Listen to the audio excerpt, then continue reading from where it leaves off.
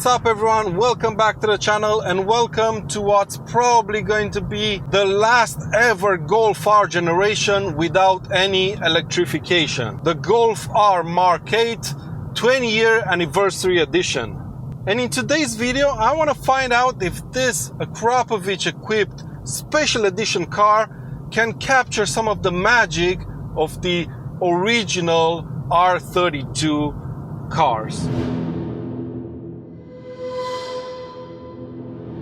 Now, right off the bat, the first problem arises. If you thought that this 20-year special edition car would bring something special under the bonnet, well, you'd be mistaken. This car still has the same engine as the previous 3 generations, I think, which means it has a 2-liter 4-cylinder turbocharged engine under the bonnet, capable of producing 333 horsepower in this special edition version and 420 Newton meters of torque.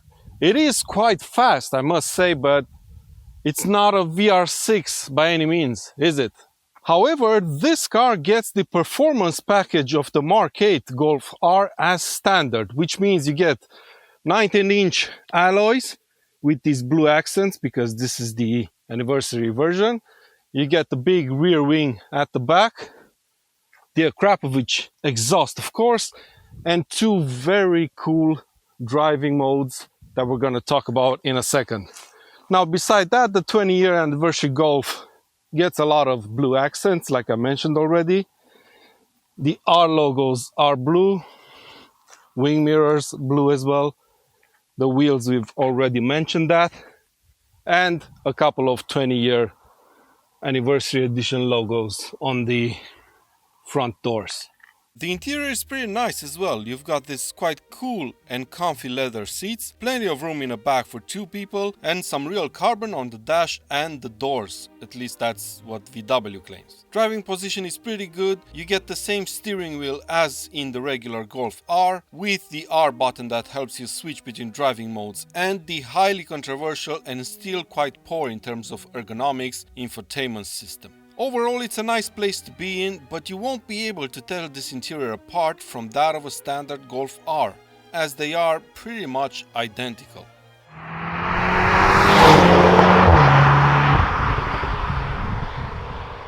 Can you believe it's been 20 years since the Mark IV Golf R32 launched on the market?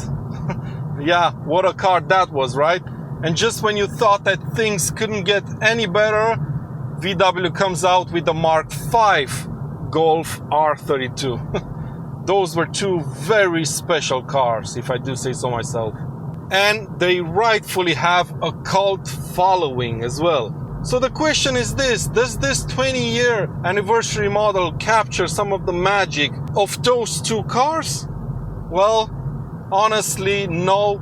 And to be fair, no matter what VW would have tried now in 2023, I doubt they could do that. Those first 2 generations of the Golf R, let's face it, are all about that engine. The 3.2-liter VR6 power unit. Naturally aspirated, I might add. And that is impossible to replicate even if you fit this quite good sounding Akrapovic exhaust.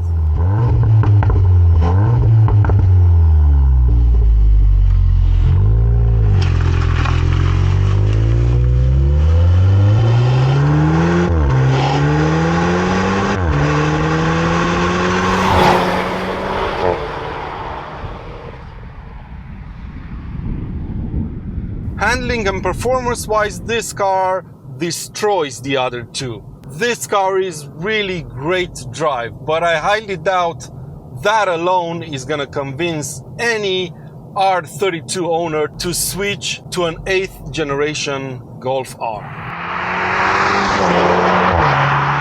However, I do think that this 20-year anniversary car is pretty damn good, except for one pretty big drawback, which we'll get to in a second. But first, let's talk about the positives. I mean, I know we shouldn't talk about design because it's very subjective and there's no good or bad designs, but I do think that this car looks the part. And at the same time, it's also understated, so you can definitely use it as your family car. Because for most people, this just looks like a Golf with slightly blue wheels and wing mirrors.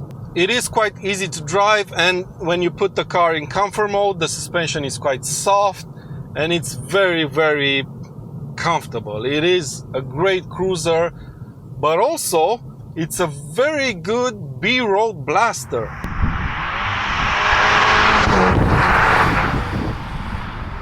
It's got plenty of power, and in my very non-professional launch control tests, it was faster than an M2 from standstill. So it is pretty punchy, this car, performance-wise.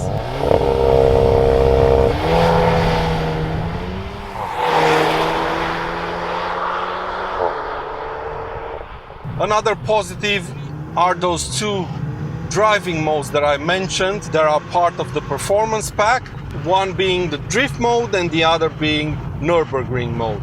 I mean, drift mode is kind of a gimmick because this car's four-wheel drive system can only send up to 50% of its power to the back. And because of that reason, VW is doing some trickery with the traction control or the ABS system, and it can send 100% of that power to the outside wheels.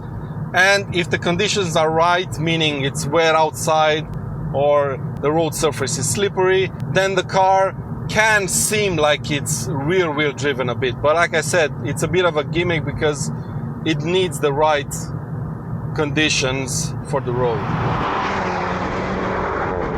The other one, Nürburgring mode, is the mode you want to be in whenever you want to have fun in this car. Because like the name suggests, it is tailor-made for that circuit. And that circuit, as we know, is quite bumpy. There's a lot of elevation changes. And because of that, when you turn on Nürburgring mode, the suspension goes into its softer settings while everything else goes up to 11. The steering is nice and sharp, it's quite heavy. Throttle response is instantaneous.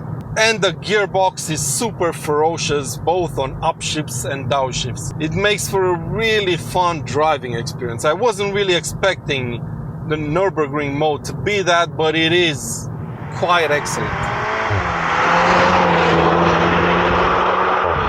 Now, here comes that big drawback I was talking about earlier, and that is pricing. The car you see here, granted, it is pretty well equipped, costs almost 54,000 euros.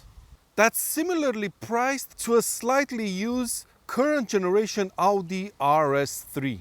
And I don't know about you, but for a Golf, even in the R spec, that is a bit much.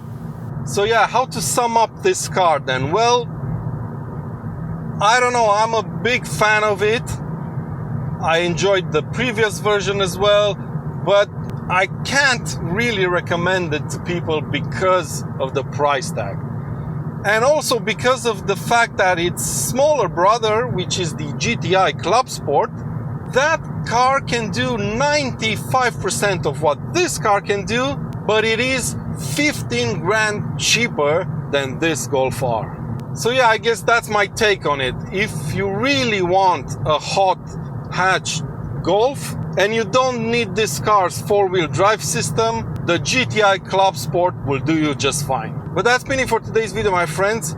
But stay tuned because there's a couple more videos with this car coming to the channel quite soon. And I think one of them is gonna be pretty controversial. So please give this video a thumbs up if you enjoyed it and make sure you're subscribed for plenty more videos to come.